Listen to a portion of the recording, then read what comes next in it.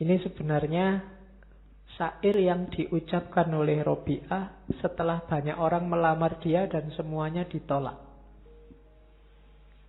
Kenapa? Karena fokusku sekarang hanya Allah saja. Sudah cukup bagiku Allah. Jadi Robi'ah saat itu berceramah, saudara-saudaraku, kholwat merupakan ketenangan dan kebahagiaanku. Aku ini merasa puncak, merasa bahagia luar biasa dalam kholwat.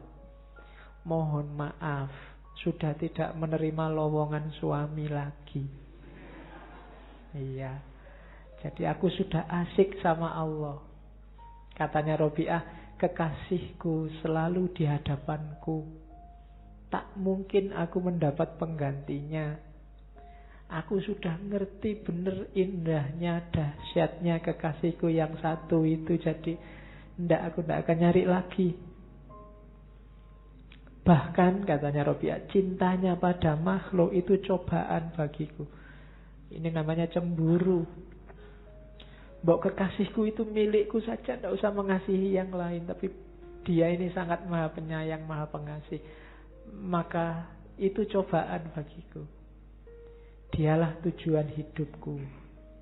Nah, oh hati yang ikhlas, oh tumpuan harapan, berilah jalan untuk meredam keresahan.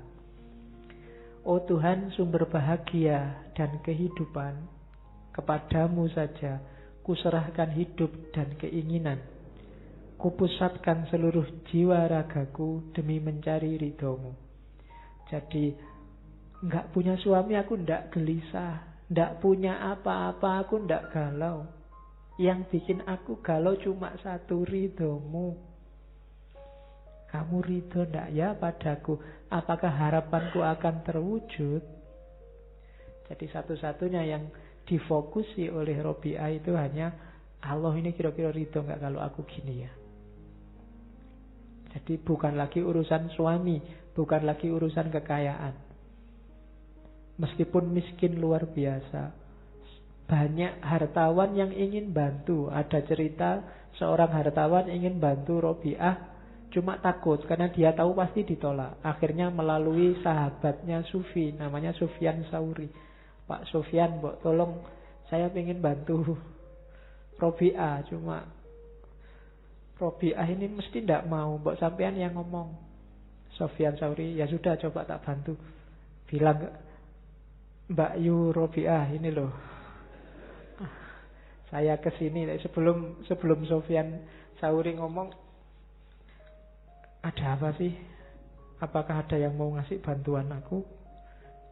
Ya, ada hartawan itu yang mau ngasih bantuan sampean. Kan kelihatannya sampean hidupnya kok susah gitu. Jawabannya Robi'ah tidak jawab. Gini aja deh, kamu ngerti toh kira-kira aku jawab apa? Iya sih, ya sudah. Jadi akhirnya nggak jadi, sudah nggak jadi dibantu. Oke, jadi ada cerita lagi satu ketika Robi'ah ini punya puasa. Dia merasa nanti maghrib buka puasa, aku masih punya bawang satu untuk buka puasa. Jadi buka puasanya pakai bawang. Begitu maghrib mau buka puasa ke dapur, loh bawangnya kok ndak ada. Ya sudahlah pakai air aja. Tiba-tiba ada burung lewat jatuh, bawa bawang satu dijatuhkan di depan Robi'ah. Robi'ah lihat bawang itu, ndak usah, nanti tipuan, nanti aku jadi manja. Pingin opo-opo langsung datang. Kalau kamu kan seneng, bayangkan tiba-tiba datang. Tapi kalau Robi'ah ndak. Kalau diginiin terus sama Allah, nanti jangan-jangan aku manja. Ndak usah tak ambil bawangnya, cukup dengan air saja. Nah itu Robi'ah. Ya jangan disamakan jiwanya kayak kalian, tapi pelan-pelan bisa ditiru. Oke. Ini juga ada satu cerita, satu ketika Robi'ah ini jatuh, tangannya patah. Dan ya lama tidak sembuh-sembuh, terus dia baca syair, bukan mengeluhkan patahnya tangan. Ya Tuhan, lenganku telah patah. Aku merasa penderitaan yang hebat atas segala yang telah menimpaku. Aku akan menghadapi segala penderitaan itu dengan sabar. Tidak masalah.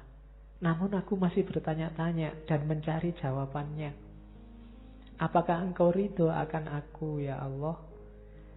Oh Tuhan, inilah yang selalu mengganggu langit pikiranku.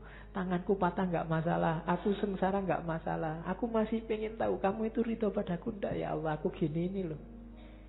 Nah itu Robi'ah. Jadi dia tidak galau oleh apapun.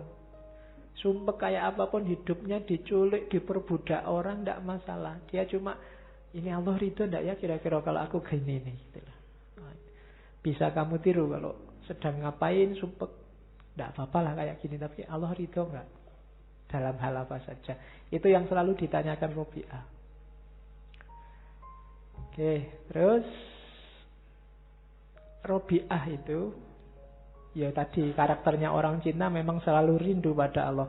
Setiap dia kan tidak pernah tidur sholat malam sampai fajar. Biasanya fajar dia tidur sebentar. Tapi setiap kali bangun tidur kalau pagi dia membaca syair ini, memarahi dirinya. Wahai jiwa, berapa lama engkau tertidur? Sampai kapan engkau tertidur? Engkau terlalu nyenyak tidur. Akankah engkau tertidur saja tanpa terbangunkan kembali, kecuali oleh trompet hari kebangkitan? Jadi kalimat ini terkenal karena banyak orang mendengar. Setiap kali pagi habis dia tidur sebentar sebenarnya, karena semalaman gak tidur, asik sama Allah. Begitu dia sadar, aku ketiduran, jiwanya sendiri dimarahi. Kamu itu kok senengane tidur toh ya? Mbok ndak tidur asik terus sama Allah kan enak. Itu jadi cara Robi'ah mendidik dirinya. Kalau kita kan enggak. Ya enggak usah dikasih contoh. Jauh ya, enggak apa-apa. Ini salah satu contoh jiwa yang benar-benar jatuh cinta sama Allah. Ini lagi, itu syair malam dan syair pagi yang terkenal dari setiap malam. Ketika malam mau datang, biasanya syair ini dia. Wahai Tuhanku, tenggelamkanlah aku dalam mencintaimu, sehingga aku tidak lagi membuangkanmu. Ya Robbi, bintang di langit telah gemerlapan, mata telah bertiduran, pintu-pintu istana telah terkunci, dan setiap pecinta telah menyendiri dengan yang dicintainya. Namun inilah aku berada di hadiratmu. Jadi sebelum memulai aktivitas malam hari, asik sama Allah biasanya ini.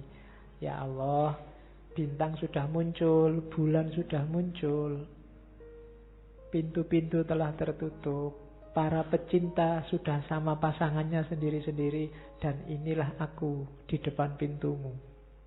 Jadi Robi'ah yang datang apel sama Allah tiap malam, waktu semua orang tidur. Dan ini dilakukan setiap malam. Jadi asik sama Allah, biar aja yang lain sama yang dicintainya masing-masing. Biar aja semua pintu tertutup. Pokoknya hanya engkau yang aku inginkan, yang aku rindukan. Setelah semalaman begitu, terus pagi hari, syair ini yang dia baca.